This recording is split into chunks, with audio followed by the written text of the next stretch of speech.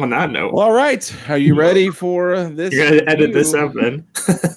Nope, this is live. This is what you get for talking about that. We sit here and talk for 20 minutes. You didn't mention that. You waited until we went live. So Of course, up to you. Yeah, you were talking about important topics.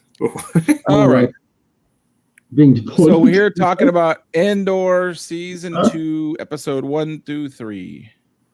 First, 1, 2, and 3. We're gonna do that first because they released 3 at once, and then they did it again. And then keep doing it for 2 more weeks. So overall, I really wish that they had opened up a little bit hotter, a little bit better, because the complaints, I really like this Andor, and I think they're limiting their audience by always making everything the slowest of slow burns. Like they're lighting the cigarette and then putting it out and then lighting it again. They're making it the slowest it possibly can. But it was I don't know how to say, like Sinar or whatever, their weapons manufacturer is where that place was, that special base that he was at when he found the TIE Avenger or whatever that was. Is that what it's called, the Avenger? Yeah, if I recall correctly. Yeah, it's I think it's a video game or something. I actually read. I couldn't figure out what it was. But anyway, so there's weapon manufacturer, which was kind of cool. And now I appreciated it because I actually appreciated the part that was the more boring part than the part that was supposed to be the fun part, was him talking to the poor young lady who was like, yeah, because that's the part that I kind of like, is what the normal people are talking about. And she was like, look, there's like nothing wrong here. Like I enjoy people I work with. I have fun. And yet I'm sitting here about to blow it all up for this. And he's like, well, yeah, sure. But do the right thing and hand me the thing I needed. So that kind of shows you that like people are actually sacrificing a lot for this, and it's not just some cute pilots who are, you know, zeroing womp rats or whatever. This is actual little pieces at a time. Normal people, and we don't know what her motivation was, but whatever it was, she was willing to, you know, give up everything, a job she liked, and she said, "I'm having fun here, and I'm giving this all up." That was pretty neat. I also like the fact that they made a point to say that her boss thought he was cute, because I think that's important, and it's something that people forget when they always make fun of like the suave spy or whatever. It's because an ugly guy isn't getting away with that crap. Like pretty people get away with being like in the wrong place at the wrong time because they're pretty. Like no one's going to question a pretty girl just standing there. They're going to say, "Oh, that's a pretty chick," and then you just keep walking, or "That's a good-looking dude," and then you just keep walking. But yeah, that was interesting. The part that I didn't like was like, do we have to keep doing this every time one of these shows somebody gets in a ship they don't quite know? Like, I like the fact that he didn't like it. He just did the whole didn't he? Yeah, to do the whole thing where I go forward, but then I slam into the wall, and I slam into this wall, and I slam into that wall. I'm like, oh, we're gonna do this again. No, I love that. Of course you did. He gets in there. It's experimental. And he looks at it, he's like, what the hell am I looking at? Because the whole thing's different. And later on, he says it to Scullen, where he's like, yeah, you didn't give me this intel. You told me it was like normal. I can draw this is like a regular iPhone before. This is nothing different. Did you notice sorry, go ahead. Yeah, no, you go first. Yeah. I was just going to say, if you notice when he got in, there's controls there, there's controls there. What do I do? And then later on, when they were on that weird planet, whatever, that was a waste of time with those people. That was Yavin 4. I was going to say that was actually Yavin 4. The girl got in there and she's like, "Oh, there's a spot for 2 people." So even she thought it when she looked at the cockpit. Mm-hmm. And so he just kind of used it like what are those big giant robots in that other movie, Pacific Rim? Yeah. They just kind of got into it like that, you know. I knew that the Canadian would say that. Listen, it was cool that he didn't know because it was experimental. Yes, that was neat. I appreciate that. If he couldn't turn it on for a while, that was fine. If he literally had to find like a book somewhere that explained it to him, that would have been, that might have been a little bit much, but they would have been fine. But the whole thing where it's like, okay, I'm ready to go, and I throw it in drive, and I slam and hit the wall. It's like, we've seen this 1,000 times. Like, do we really need to see this again? But I did appreciate that it did lead to another black figure with the rocket launcher guy, because that's going to be a black figure. The range trooper is yes. I love the range trooper, and then he's back. He's back in from Solo to this. Perfect. I see Kachun looking for him. He's looking. Yeah, he he's has trying to see if he somewhere. has one. I had two of them, and I sold one.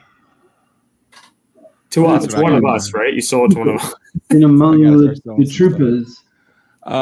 Yeah, so I do appreciate the rocket launcher situation. I also appreciate how he got completely molecular like disintegrated. Right. That's a pretty neat gun. But yeah, I will say that, and then also the way that they're doing the Empire. You know, I'll complain about a different part of the Empire. I know that's shocking. I'm going to complain about stuff, but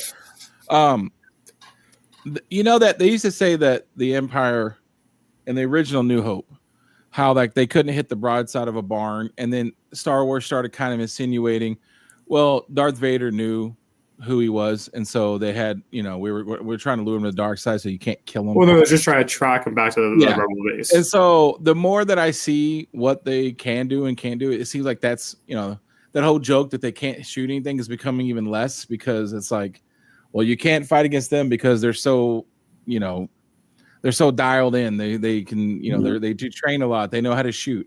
And then you saw that joke where they can't hit anything. It's still kind of funny because it's like more and more. I'm glad that someone decided. You know, I'm glad someone decided to play that off like, well, they couldn't shoot because they weren't shooting. Like, and I'm glad that they kind of went around that little problem, because it does look more and more ridiculous. It was like they can't shoot. If you hit them before they shoot, they're not shooting anymore. Yeah. But they're just trainees. They're like humans. They're not clones anymore. Like they're regular guys that just showed up to shoot a gun, and they just can't hit anything. Yeah, they're just dudes. So that was cool. You know, another thing I did actually appreciate is when he was flying to get away, he eventually shoots through the wall and gets away, shockingly. I've never seen that before.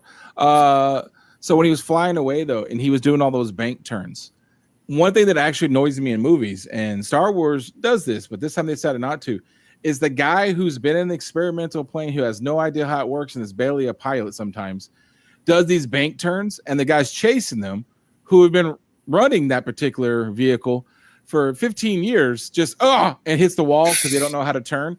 And it was good that every time he would bank, they would be right behind him. Like they would not like let him get away with that. You know, he had to pull some shenanigans. So I thought that was kind of cool too, that they actually let the pilots who have been piloting that thing for a while know how to fly.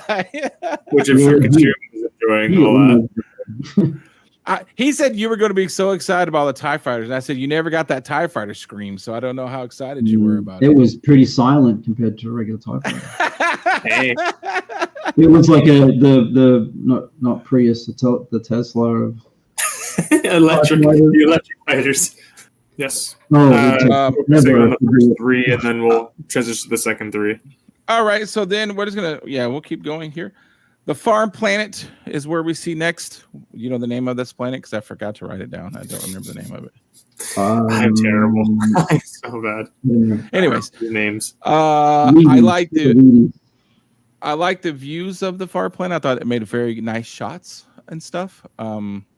I don't know. I felt like he did not like the farming. This is the slow down part of it to me. This slowed it down. I don't think that any of this was necessary, honestly. Like, I don't know what story it was telling. You're getting rid of some of the fat from episode 1, I guess. He's losing his friend or whatever. But I just it was her arc, really, right? More for Bix than anything, and showing her isolation, really. Well, it showed maybe it was to show that that she did better. She was doing better when she had people around her. Then later on, we see her in the apartment. She's struggling. So maybe it was to show that. I just thought, like I was saying before, I really like Andor. People say it's a slow burn. This, to me, just made it even more slow, because now we're watching literal grass grow. Old Wolf, what's happening? How are you doing? Good Lord. Oh, my God. Okay. Good job. It's the old wolf. It was good to see the stormtroopers hitting people. He died, right? He died. Yeah, he did. they got someone. Jeez. Now there was a training paid off. Yeah, that's a good one too. I think also showing how they're really no from the Empire. No. Yeah, and the other thing was they were clearly doing some sort of, I guess, political thing about migrants, and I was telling the part that annoyed me. I was telling the Canadian earlier was the only reason that annoyed me is because if you're the Empire, you don't even care about slave labor. You don't care about blowing up an entire planet. I seriously doubt that you care whether the people there are illegally picking the wheat. You just want the freaking wheat chopped. Like, yeah, if you're willing to be like, we're going to completely subjugate and enslave entire species to just mine certain things. Yeah, your visa's a little. I don't know if you really care about if they have. I would see it. I have to. I don't recall if they mentioned if Mina Rao was in the Outer Rim. I'm pretty sure it is. If it was in the core world area, I would imagine it'd be more of a topic. Still breathing. It was more in the core worlds. I could see it being more of a topic.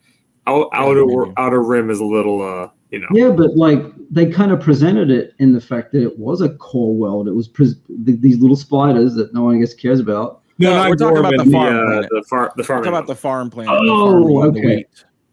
Okay. Yeah, that other one was definitely a core world, but the farm planet, yeah. No, it's in the Outer Rim as well. Okay, and then there was a very famous, very rich YouTuber who does Star Wars who complained that there was an unwanted touching going on. I will just say, I guess I kind of understand what he was saying, but the fact is, it didn't actually show anything. He didn't actually even touch her. She beat him with a hammer. So I think we can calm down on. Oh, Disney's now showing children that women are being touched against their wants or something. She. I mean, technically, I don't even know how the courts would look at that because she didn't even ask him, "Hey, please leave my house." She just bonk as soon as she realized what he was doing. He warned him. So I think we could probably calm down on the Disney showing stuff they shouldn't show. I mean, she beat him with a hammer. That was more graphic than what they showed of the other part. But all right. We used to do the show to Twitch, but I accidentally hit YouTube tonight, so we're on YouTube. This is only our 130th episode or something. Close, 115. Well, yeah, that's pretty close. It seems like 130, but I don't always upload them, to be honest. To be fair, though. Okay, so then we're going to the part that I like the most, but I thought I was going to dislike. Oh, you got something else you want to say about the wheat planet here? Yeah, I guess the rest of that would be. Okay, you know what? I'm gonna say my biggest sadness to the whole thing so far. That poor droid. Oh, that droid's beside himself. Yeah. I also wonder now, where's the droid? I didn't even think about that. He wasn't in their like hideout. Where are they keeping the droid? They just abandoned him. Well, no, the droid was with the lady, with the ginger lady who was helping them, and because he left them there while they would do their disappear for a couple of days and come back. So he's thinking they're going to come back in a couple of days too.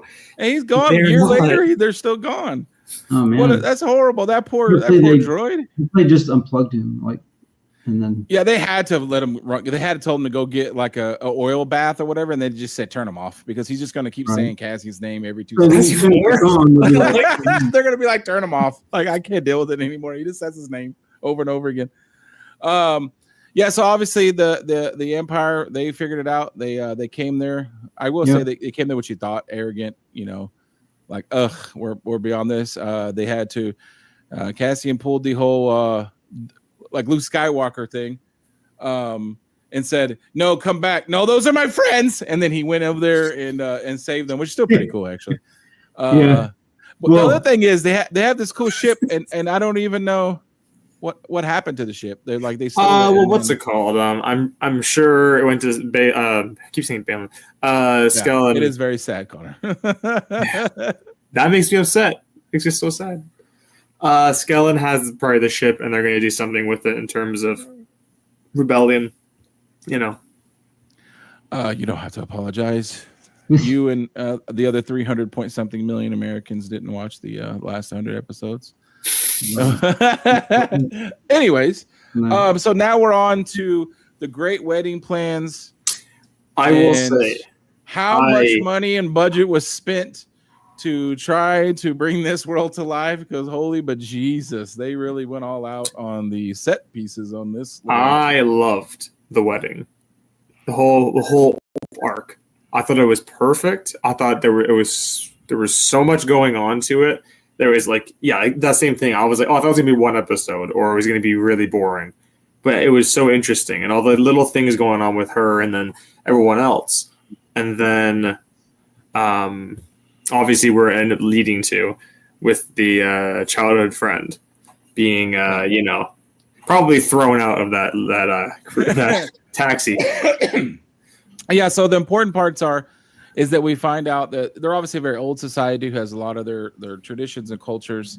The daughter, we found out that one of their conversations at the end just totally bought in to like the whole culture thing. She's in there. She doesn't mind. It's pretty obvious that their marriage was arranged or whatever, but it makes it even like more obvious because of their relationships and stuff. People like crap on this guy because he parties, whatever. I think this guy is actually pretty clever. Like he arranges everything. He plays the dumb partier, her husband. So I was going to bring that up because this is the only thing I had seen online. Like I tried avoiding a lot of stuff for the show. But something after the fact that was brought up. Yeah, it is crazy. The sets. All of it. By the way, everything was like circular. The show are full-fledged sets. Like obviously, the other thing I want to bring up, another character stuff we haven't talked about yet. After this is Dedra and like the ISB. Her apartment is full. Like that, everything they made the whole apartment set, and even like the cabinets of all dishware inside them all. Like the actress was surprised when she came to set. She thought it was going to be like, oh, it's fake cabinet doors, but right. like it's like glued basically, right? And then she opens them up, and this whole kitchenware and every single one, pots, pan, basically. Well, for the cereal and blue milk that they, I was going to bring up, is the fact that the one thing I had heard someone mentioned, and I was like, that's actually a really interesting idea, is that the husband, so Skellen is kind of friends with the husband too, in a way, is that the husband's also working with Skellen for the rebellion, but because he had all this other money going aside for his gambling and his other things, but it could be that he's playing both of them. And it's like, oh, I don't want either of them to know that that they're both involved. Basically. But yeah, so like you said, set pieces are amazing. The whole thing, it was like all circles and looked really cool. Obviously,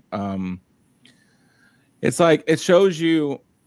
I'm sure it's supposed to show you the opulence and the let them eat cake kind of thing. But it also what it showed you is like how those parties are so fake that you can like almost openly talk about rebellion and nobody even pays attention because they're just about, they had that later on. I think it was like later on, like episode 4 or 5, where they had the paparazzi drone, which I thought was hilarious, and it just when it was like taking everyone's pictures all the time. That was I was episode 6 actually. Yeah, so they just showed you a lot of care. Like this is made for like Star Wars nerds, honestly.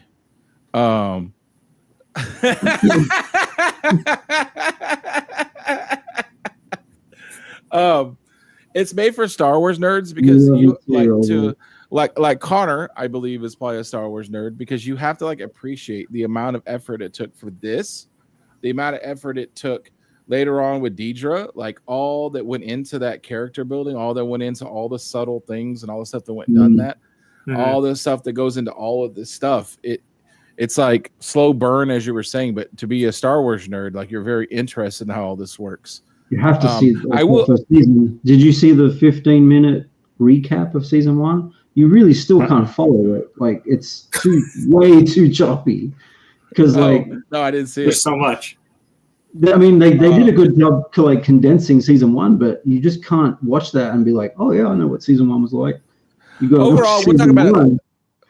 Overall, we'll talk about it later. But I just want to make sure I remember to say it at all. The only thing is I do feel like they leaned too heavily on like, I don't know, spy game, and I think they still got to remember it's Star Wars, and I wouldn't mind seeing a little bit more sci-fi in some areas. You don't have to go all the crazy. I don't need, not necessarily need Jedis flying around or anything, but it's a little bit more Star Wars would have been neat. And more aliens is one of the biggest. Yeah, that's the main the show is that is a lot of just humans, which we were seeing in when she was at the later on in the other set of episodes. We see her when she's at the Senate going around. She's talking to some more of the alien species.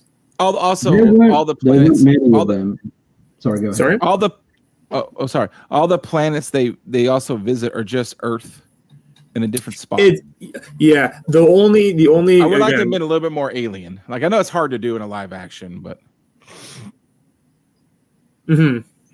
yeah, absolutely. Like the one other area that's very familiar, I would say, is when you get to Saw Gerrera stuff. That's probably the most familiar. Don't you get me started on Saw Gerrera. But not yet. Forrest Whitaker should be ashamed of himself of how he just stole the entire TV series with one speech. He should be ashamed of himself.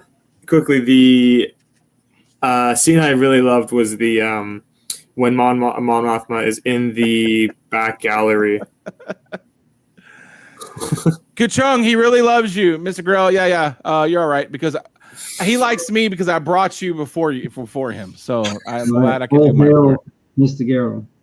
I love it. The scene where Mon Mothma is in like the back room with the daughter before she's brought out, like this is her last chance, and she's like, "Oh, my mother was drunk when this happened, and I still hate her for it." I'm like letting you know we can just back out of this whole thing, and then her being like, "I wish you were drunk." Instead of that's what I'm talking about. Like that's when you realize the daughter's like the daughter. She's bought into all this. She doesn't realize all that. Mom's done a good job of kind of pushing her into the traditions, not realizing your mom isn't about this at all. She's done a pretty good job of hiding. Yeah, daughter's full in. That was like that was the other. Obviously, the moment later on during the dancing part before when basically it's gonna like she's like my friends. I'm sending my friend to his death. That was also like before that. This was like the catalyst moment for her going like, "There goes my daughter." Right there, I'm never not getting my daughter again. Yeah, and then also, then obviously it gets the dancing scene. I liked it. I thought it was really smart. Oh yeah, like she's completely her head. She's done. She's like everything's screwed. I have nothing to do. I'm just the first Star Wars rave of the universe. Right. Basically. I took it two ways. I will say people get like we're hanged up on the music. We did have that music already, not the same one, but that music, the techno kind of thing in episode 2, and in all of video games and KOTOR and everything. Why would it be? Why would you hang up on the music? There's gonna be a lot of people got taken out of it apparently. The music was too like that's not weird. Star Wars. It's there's like a billion planets to choose music from. You're gonna have some music from. That's weird. Anyway, I will say this. took it two ways. I took it the nice way is she's like, okay, I'm stressed out. I just want to be drunk and spin around in circles. But I also took it in right before she started doing that. She had a conversation with Lucan or whatever, and he's like, your boyfriend. I'm about to throw him out of the airlock there. So understand that. And part of me was like, is she doing that? But she also making sure that everyone sees her on the dance floor, so nobody says later, "Hey, where did your boy go?" I don't know. I was messy. I was real messy on the dance floor. Did you see me? Keeping those appearances up. Yeah, keep the appearances up still. Oh, they both do so well at that. That's a good point, really. Yeah, 100%. They both do such a good job at like covering their other side. Not just the mom, but if you saw her cousin when she was seeing this, she was kind of disgusted. There's all these traditions. Yeah, so in the cousin, fantastic. Yeah. She's great. She's one of my favorites in the show. You can see later that she was kind of like, ugh, like that they were still doing all this, and the daughter's like, nah, I love every second of it. Because they took that weird walk. Let me tell you something. If my tradition, obviously, that's a Kachung thing. Like we're gonna just take this walk up the side of a mountain for literally no reason whatsoever. I'd be like, Dad, that's for Kachung. Y'all, I'll meet you back. I got some lemonades for you, and y'all get back. I ain't going up the top of that mountain. Totally. It's all about the journey. It's all about. And then we can talk about this one and the next one because we already kind of talked about it. The home life and the weirdness. The awkwardness, it was hard for me to look at it, but it was so amazing. I couldn't look away of your boy Zero and his.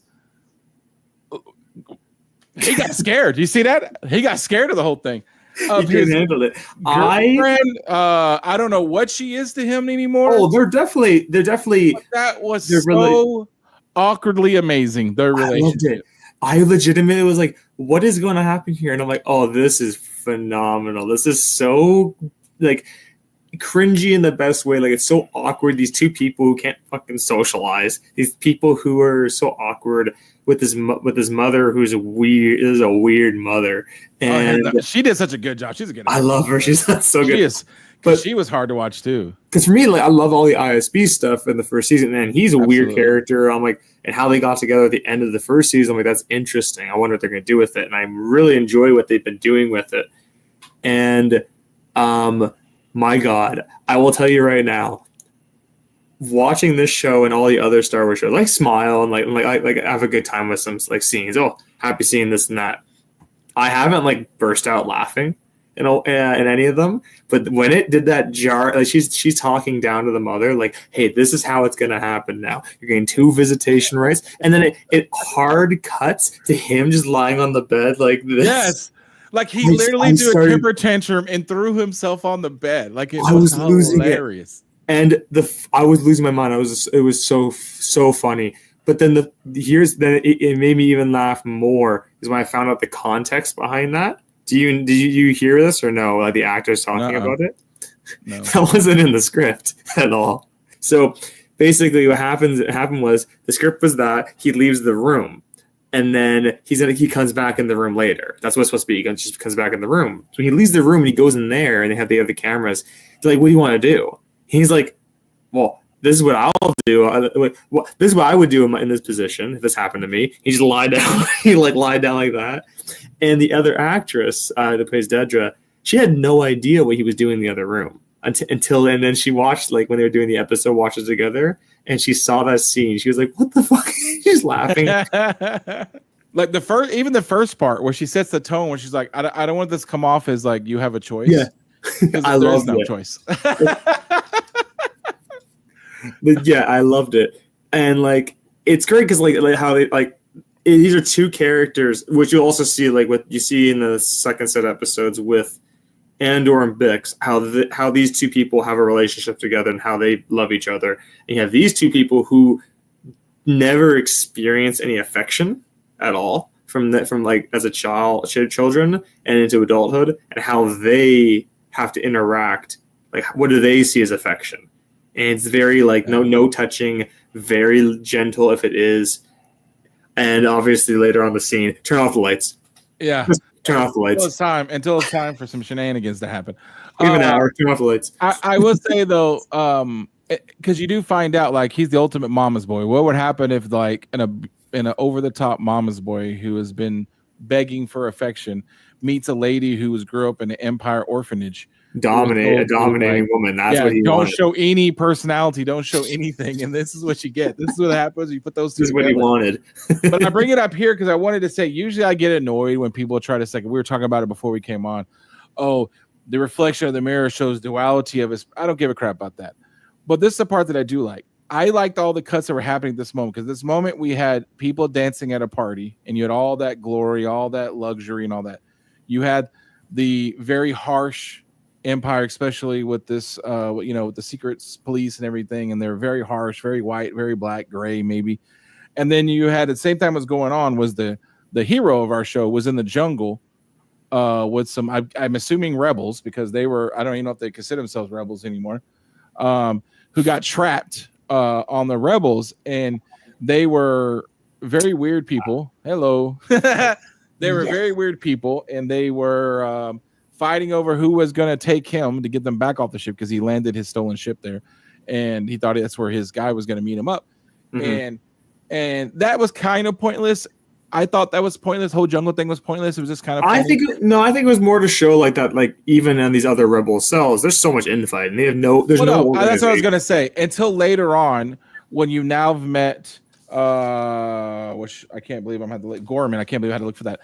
The Gorman front. Saul Guerrero's group, this group, because Saul mentions the girl that they got left behind. There's like 5 or 6 different beings that we know about actually from extended, whether it's rebels or whatever else that are being mentioned, and we're seeing. And that's actually the part that I'm kind of curious how they're going to not make this messy, because you see that like it's just a bunch of jacklegs who don't know what they're doing. They're fumbling through all this, and you're telling me in like 6 months they're going to be a cohesive force that's going to destroy the Empire. I can't wait. I can't wait to see how this is going to come together, because we're over here talking about like year 3, year 2, year 1. I'm like, what in the world? How are you going to bring all these idiots together?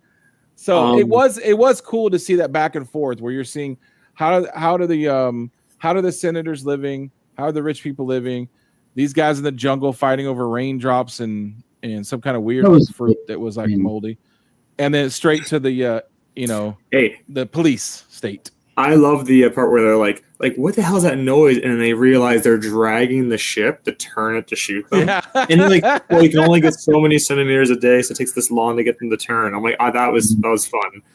And yeah, that was the thing I was going to bring up is that, yeah, she was raised in Imperial Kinderblock, which I think is an amazing term. Yeah. So the guys in the jungle, right? Like, I think they presented them a little not what they would be like. Like, how long were they there? They didn't really give them too much of a backstory. They'd be cutting each other's like throat and stuff, like literally. No, they're playing a hardcore version of "Hey." I was laughing. And lady, I'm not kidding you. I'm not kidding you. When they were like, "Oh, what we're gonna do?" The thing I literally said they're gonna go like rock paper scissors. Yeah. Too many like human words like spiders and whales in the sky, and they wouldn't be called whales or spiders. Hey, it's better than French. It's better than French. Tell you what. Ugh. Started on the French. Is that really what speaking French? All right, so that's probably episode 1 through 3, right? What are we missing? In Gorman, yeah, it's French. 1 through 3. The only other thing I'd say we were missing would be the What about the meeting Luthen? Yes, that was it. That was the one I wanted to talk about. Was the meet Krennic's meeting? Awesome.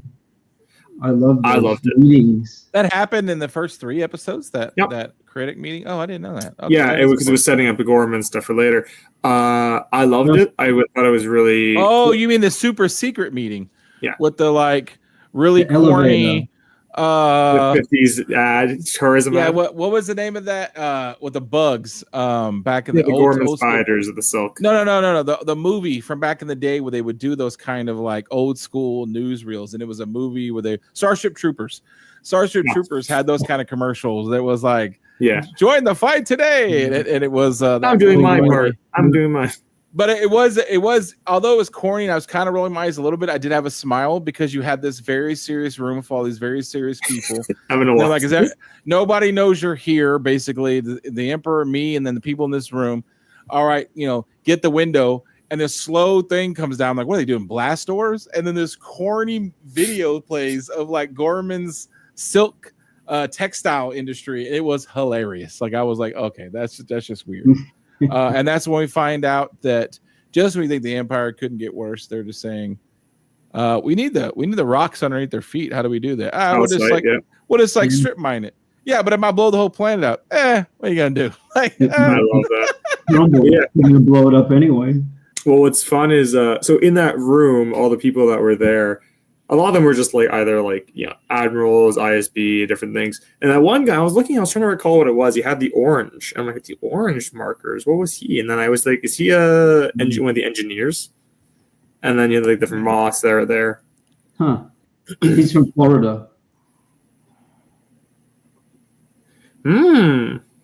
That's a smart idea with the Fall Guy thing. Yeah, I'm about to say, I would say both. I would say that both would be likely, yeah. Yeah, Kendra's he's the type that's going to make sure he's it ain't going to be him. Because Krennic was started in the ISB school, so he knows, he probably knows it better than anyone, like the whole find the Fall Guy. I was like, okay, cool, he's here, I get it. But like later on, we're going to talk about it here in a minute. I don't want to jump ahead, but later on when he's having a more one-on-one conversation in an art type gallery thing, that actor came to play in some of those scenes. Some of those scenes are pretty awesome. He was like he was very measured, very kind of villainous while being still very proper. It was pretty awesome.